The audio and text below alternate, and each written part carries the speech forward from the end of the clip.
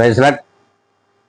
తండ్రి యొక్కయు కుమారుని యొక్కయు పరిశుద్ధాత్మ యొక్కయు శ్రేష్టమైన అపూర్వమైన ఆదరణ కలిగిన అత్యుత్తమమైన యేసు క్రీస్తు యొక్క గొప్ప ఘనమైన నామములు అందరికీ ఉదయకాల సమన శుభాభివందనములు తెలియజేసుకుంటున్నాను. ఈ దినం దేవుడు మనకిచ్చినటువంటి ఒక మంచి వాగ్దానము.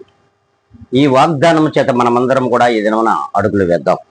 చూద్దాం. అది పరిశుద్ధ గ్రంథంలో నుండి సమూయేలు 2వ గ్రంథము 22వ అధ్యాయము 31వ లేఖనం. దేవుడు యథార్థవంతుడు,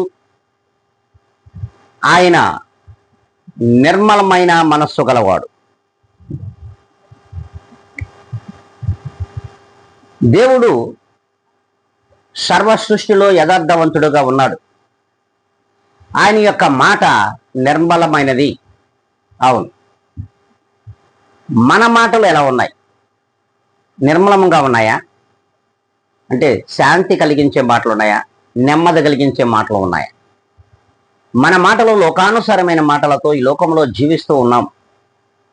ఇటు జీవితాన్ని నువ్వు విడిచిపెట్టి నిర్మలమైనటువంటి దేవుని వాక్కు కొరకు నువ్వు ఎదురు చూడగలిగినట్లయితే ఖచ్చితంగా దేవాతి దేవుడు సర్వ సృష్టికర్త యథార్థవంతుడై ఉన్నాడు. అట్టి యథార్థవంతుడిలో నీవును యథార్థవంతుడిగా జీవిస్తే నీ మాటలు కూడా ఈ లోకానికి శాంతిని సమాధానమును కలుగజేస్తాయి, నెమ్మదిని కలుగజేస్తాయి.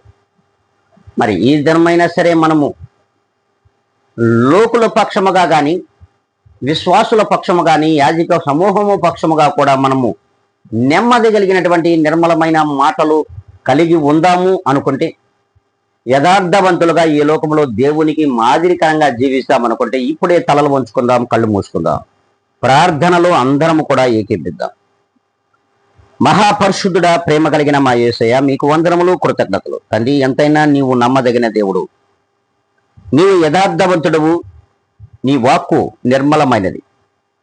ఈ రీతిగా ఇదిగో ఈ ఛానల్ వీక్షించుతున్న ఈ జనులను కూడా ఇదే మాదిరికరంగా నడిపించమని బ్రతిమలాడుకుంటూ సమస్త జనుల పైన మీ ఆత్మను కుమ్మరించి మీ మహిమ చేత ఈ యొక్క లోకమును నడిపించమని బ్రతిమలాడుకుంటూ ఘనత మహిమ ప్రభావం మీకు ఆరోపించుకొని నన్ను నేను అతి మిక్కిలిగా తగ్గించుకొని మీ పాద ధూళినైనటువంటి నేను ఈ ఉదయకాల సమయమున అడిగి వేడుకొని ప్రార్థిస్తున్నాను మా ప్రియ గొప్ప పరలోకపు తండ్రి. ఆమేన్.